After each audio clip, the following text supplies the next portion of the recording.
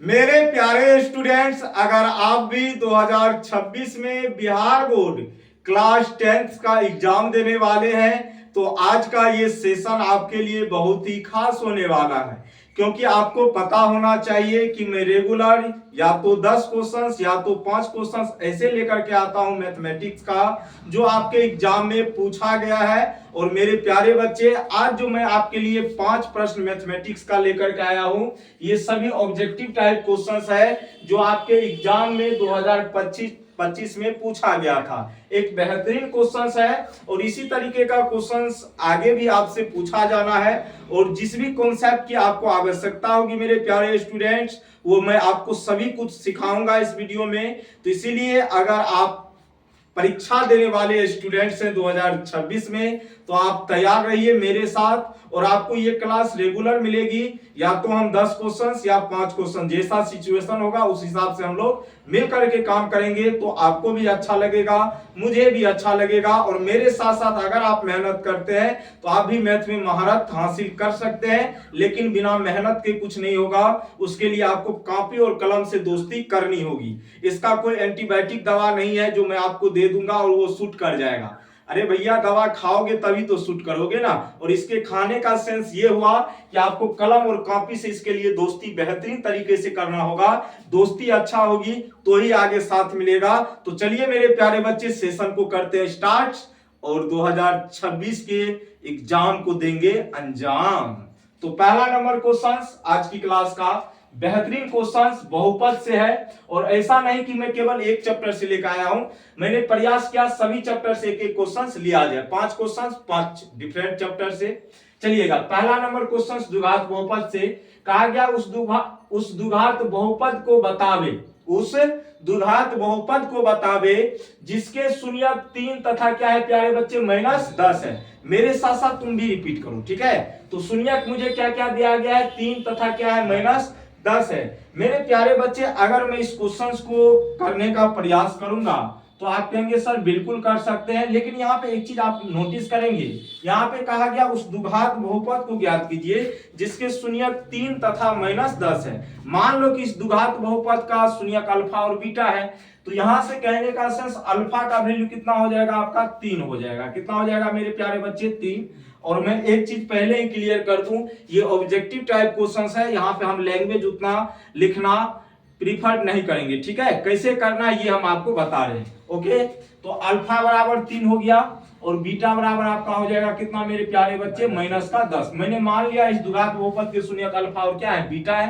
तो अल्फा का वैल्यू 3 होगा, बीटा का वैल्यू क्या होगा मेरे प्यारे बच्चे, -10 होगा। तो मैं यहां से करूंगा क्या, अल्फा और बीटा का वैल्यू निकाल लूंगा।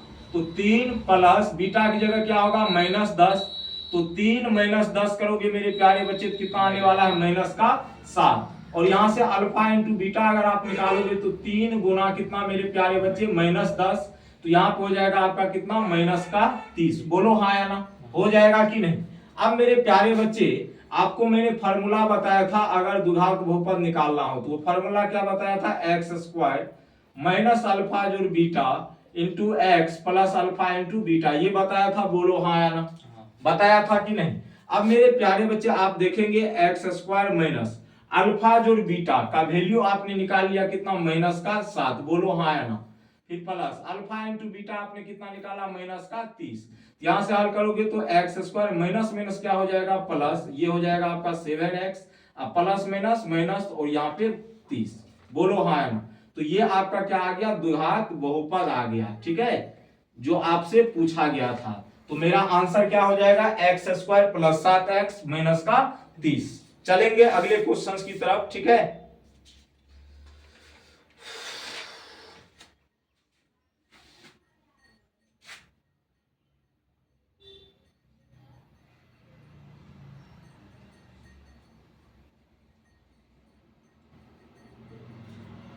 चलिएगा सेकंड नंबर क्वेश्चंस की तरफ बढ़ेंगे। यहाँ पे देख लीजिए, अल्फा की जगह 3 मान लेंगे, बीटा की जगह क्या मान लेंगे, -10। तो अल्फा जो बीटा कितना निकल के आएगा, -7। अल्फा इंटू बीटा आएगा -30, आएगा कि नहीं बताओ। और यहां से करेंगे तो माइनस माइनस क्या हो जाएगा आपका, प्लस हो जाएगा, ओके। बुक में जो आंसर दिया गया है ना, थोड़ा मिस्टेक कर दिया है, ठीक है, इसको देख लेंगे आप लोग। तो ऑप्शन ए होना चाहिए, इस हिसाब से इसमें बी दे दिया, मिस्टेक कर दिया, कोई बात नहीं, चलेंगे। दूसरे नंबर क्वेश्चंस की तरफ बढ़ते हैं मेरे प्यारे स्टूडेंट्स। तो दूसरा नंबर क्वेश्चंस को देखेंगे। देखिए दूसरा नंबर क्वेश्चंस भी अपने आप में बेहतरीन है, ठीक है।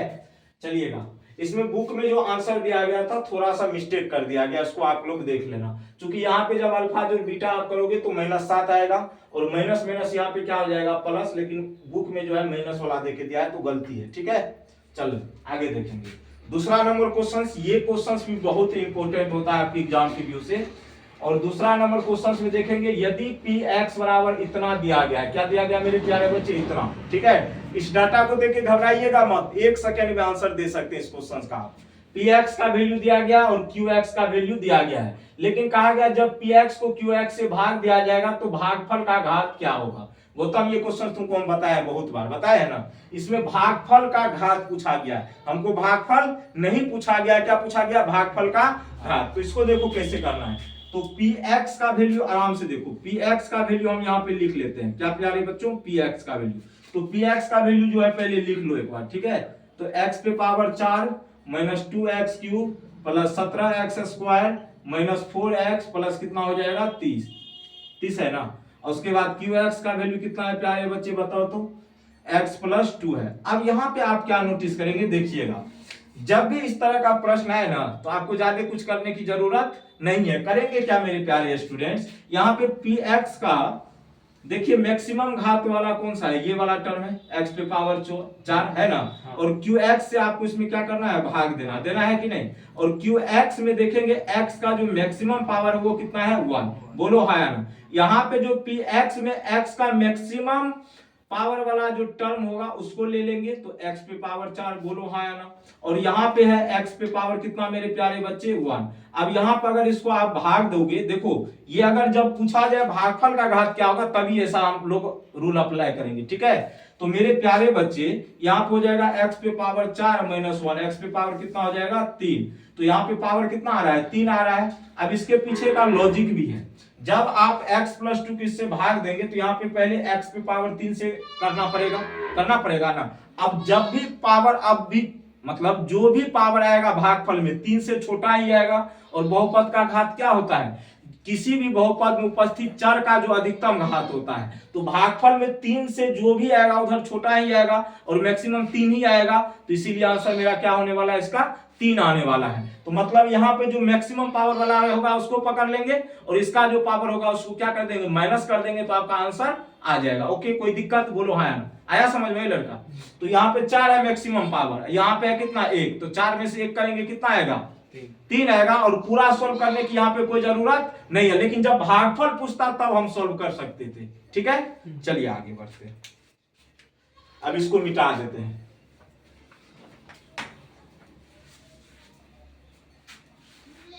नेक्स्ट क्वेश्चंस की तरफ चलेंगे, ठीक है। निम्नलिखित में किस, देखो यही वाला था ना, देखो ये आंसर होना चाहिए, ठीक है। इसको सही कर लेंगे। चलो 3 नंबर में आ जाओ, चलो बैठो वहां बैठो। चलो यहाँ टिक कर दो उसको। यहाँ पे देखो 3 नंबर में चलते हैं। 3 नंबर में क्या कहा गया, आराम से समझिएगा। क्वेश्चन नंबर 3, क्वेश्चन नंबर कौन सा प्यारे बच्चे, 3। यहाँ ध्यान दो, यहाँ पे cos square a into 1 + tan square a का मान क्या होगा। और कल मैंने इस तरीके का क्वेश्चन आपको कराया है, बढ़िया तरीके से कराया है कि बताओ तो यहाँ पे अगर आप नोटिस करेंगे, यहाँ पे आपका क्या, cos स्क्वायर a इंटू में क्या है प्यारे बच्चे, 1 + tan स्क्वायर a, बोलो हाँ या ना, है ना। अब मेरे प्यारे बच्चे जरा सा ये बताओ, cos स्क्वायर a और 1 + tan स्क्वायर a बराबर फॉर्मूला क्या होता है, sec स्क्वायर a होगा, बोलो हाँ या ना, होगा जी। अब तुम ही बताओ, यहाँ पे cos स्क्वायर a है, इंटू देंगे sec स्क्वायर a को हम क्या लिख सकते हैं, 1/cos स्क्वायर a लिख सकते हैं, बोलो हाँ या ना। और ये वैल्यू कट जाएगा, कितना आंसर आने वाला है आपका, 1 आने वाला। बताओ इससे भी आसान कोई प्रश्न होता है क्या, नहीं होता है। लेकिन कुछ ऐसे भी हम कॉन्सेप्ट आपको त्रिकोणमिति में बताएंगे जो आप पहली बार दर्शन होगा आपको उसको, लेकिन वेट कीजिए, उसके लिए तो सब करना पड़ेगा ना। आप एक ही दिन में चाहेंगे सब कुछ हो जाए तो ऐसा तो पॉसिबल नहीं है। चलेंगे आगे मेरे प्यारे स्टूडेंट्स, क्वेश्चन नंबर 4। और ये क्वेश्चंस बहुत ही शानदार है और दूरी सूत्र से क्वेश्चंस आपके एग्जाम में ना पूछा जाए ऐसा कभी नहीं हुआ। और मैं क्यों कहता हूं चीजों को कॉन्सेप्ट के तहत पढ़ने के लिए, अब देखिए ऐसा डाटा आप लोग को देख देगा ना तो दिमागे घूम जाएगा, हम तो कभी पढ़े नहीं भैया, कॉन्सेप्ट के तहत पढ़ोगे ना कहीं नहीं दिक्कत होगा, ये बात हम जानते हैं क्या जी। चलो आ जाओ, यहाँ पे कहा गया है, देखिएगा क्वेश्चन नंबर 4 को प्यार से, बिंदु इतना तथा इतना के बीच की दूरी पूछा गया। ठीक है मेरे प्यारे बच्चों, तो हम कर सकते हैं बेहतरीन तरीके से, कोई दिक्कत नहीं है। तो क्वेश्चन नंबर 4 बेहतरीन तरीके से लिखेंगे। पहले दो बिंदु आपके पास है, मान लो ये बिंदु आपका ए है, ठीक है, 8 sin 60 डिग्री है, बोलो हाँ या ना, कोमा 0, ठीक है। उसके बाद बी को मान ले, बी जो है आपका कितना है, इसका कोऑर्डिनेट 0 8 cos 60 डिग्री, बोलो हाँ या ना। अब मेरे प्यारे बच्चे इसके बीच का दूरी निकालना है, तो बीच के दूरी को, जब भी किसी दो बिंदु के बीच की दूरी को मान लो, यहाँ पर मान लीजिए ए और बी दो बिंदु है आपका, इसका कोऑर्डिनेट आपको पता है, तो ए और बी के बीच की दूरी को हम लोग ए बी द्वारा सूचित करेंगे, किसके द्वारा, और पी और क्यू के बीच की दूरी को पी क्यू द्वारा। और इसका फॉर्मूला होता है मेरे प्यारे बच्चे x2 - x1 का होल स्क्वायर, फिर प्लस y2 - y1 का क्या मेरे प्यारे बच्चे, होल स्क्वायर, हाँ या ना। अब यहाँ पे ध्यान दोगे आप, तो यहाँ पे ये आपका हो गया x1, ये हो गया आपका y1, ये आपका x2, ये क्या हो गया प्यारे बच्चे, y2 हो गया ना। अब यहाँ से इसको हल करने लो, क्या दिक्कत, ये सब नहीं लिखोगा चलेगा। तो यहाँ पे देखो x2 कितना है प्यारे बच्चे, 8 sin 60 डिग्री, हाँ या ना, माइनस x1 कितना है, सॉरी बॉस, तो यहाँ पे x2 0 है आपका और x1 है 8 sin 60 डिग्री, फिर भी कोई फर्क नहीं पड़ता, क्या जी, स्क्वायर फिर प्लस y2 - y1, y2 कितना है जी, 8 cos 60 डिग्री, माइनस कितना हो जाएगा y1 0, इसका स्क्वायर होगा कि नहीं। अब मेरे प्यारे बच्चे बताओ, 0 में से आप कुछ भी घटाओगे तो वही आना है, तो -8 sin, एक एक स्टेप कर देते हैं, ठीक है, इसका स्क्वायर इधर हो जाएगा 8 cos 60 डिग्री का स्क्वायर, होगा कि नहीं बताओ। अब देखो मेरे प्यारे बच्चे, आप अगर यहाँ पे -8 का स्क्वायर करोगे तो कितना आएगा, 64, और ये आपका हो जाएगा sin स्क्वायर 60 डिग्री, होगा कि नहीं। और यहाँ पे भी 64 cos स्क्वायर कितना डिग्री जी, 60 डिग्री, कितना डिग्री। अब मेरे प्यारे बच्चे चाहो तो आप यहाँ पे 64 को कॉमन ले सकते हो, क्या कर सकते हो, 64 को कॉमन, तो यहाँ बचेगा sin स्क्वायर 60 डिग्री, अब प्लस में कितना cos स्क्वायर 60 डिग्री। अब भैया याद करो क्या फॉर्मूला पढ़े थे, sin square theta plus cos square theta कितना होता है, कितना होगा 1, कितना होगा 1, क्योंकि यहाँ पे भी थीटा की जगह 60 है, यहाँ पे 60 है, दोनों तो सेम ही है ना, इसको काहे के लिए वैल्यू पुट करेंगे, फिर भी आना है कितना, एक ही आना है, तो यहाँ से आपका हो जाएगा √64 गुना 1, कितना होगा बताओ, √64 कितना हो जाएगा, कते थे बोल रहे, √64 गुना 1 √64, इसका मतलब कितना होने वाला है आपका 8 होने वाला है, कितना होने वाला है, एक बार बुक देना तो, ठीक है, करने गया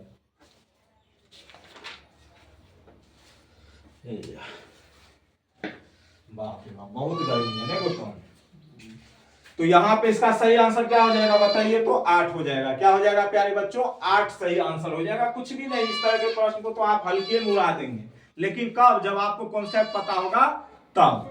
चलिएगा एक और क्वेश्चन को हम लोग देखते हैं, आज की क्लास का ये अंतिम प्रश्न है, लेकिन मेरे प्यारे बच्चों जिम्मेदारी आपकी है कि आप किस तरीके से पढ़ते हैं। तो आप मेरे प्यारे बच्चे इस क्वेश्चन को देखिएगा, बेहतरीन क्वेश्चन है, सर्कल का ये क्वेश्चन है, किसका है प्यारे बच्चों, सर्कल का है ना, बताओ तो जरा सा।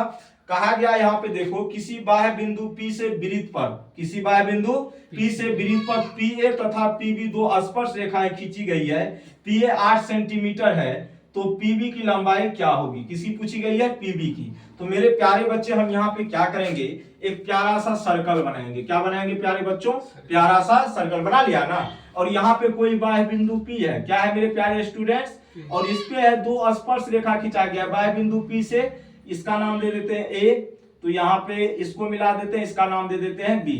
तो बाह्य बिंदु P से वृत्त पर दो स्पर्श रेखा खींचा गया, एगो PA एगो PB खींचा गया जी। अब कहा गया है PA बराबर आपको 8 सेंटीमीटर दिया गया, कितना सेंटीमीटर प्यारे बच्चों, तो ये भी कितना हो जाएगा आपका 8 ही सेंटीमीटर होगा, कितना सेंटीमीटर, 8 ही सेंटीमीटर। रूल आप याद रखिएगा, किसी भी बाह्य बिंदु से, किसी भी बाह्य बिंदु से वृत्त पर खींची गई स्पर्श रेखा की लंबाई क्या होती है, बराबर होती है। अगर ये 8 सेंटीमीटर है तो ये भी कितना होगा आपका अब यहाँ पे थ्योरम भी लिख देते हैं अगर आप चाहेंगे तो। किसी बाह्य बिंदु से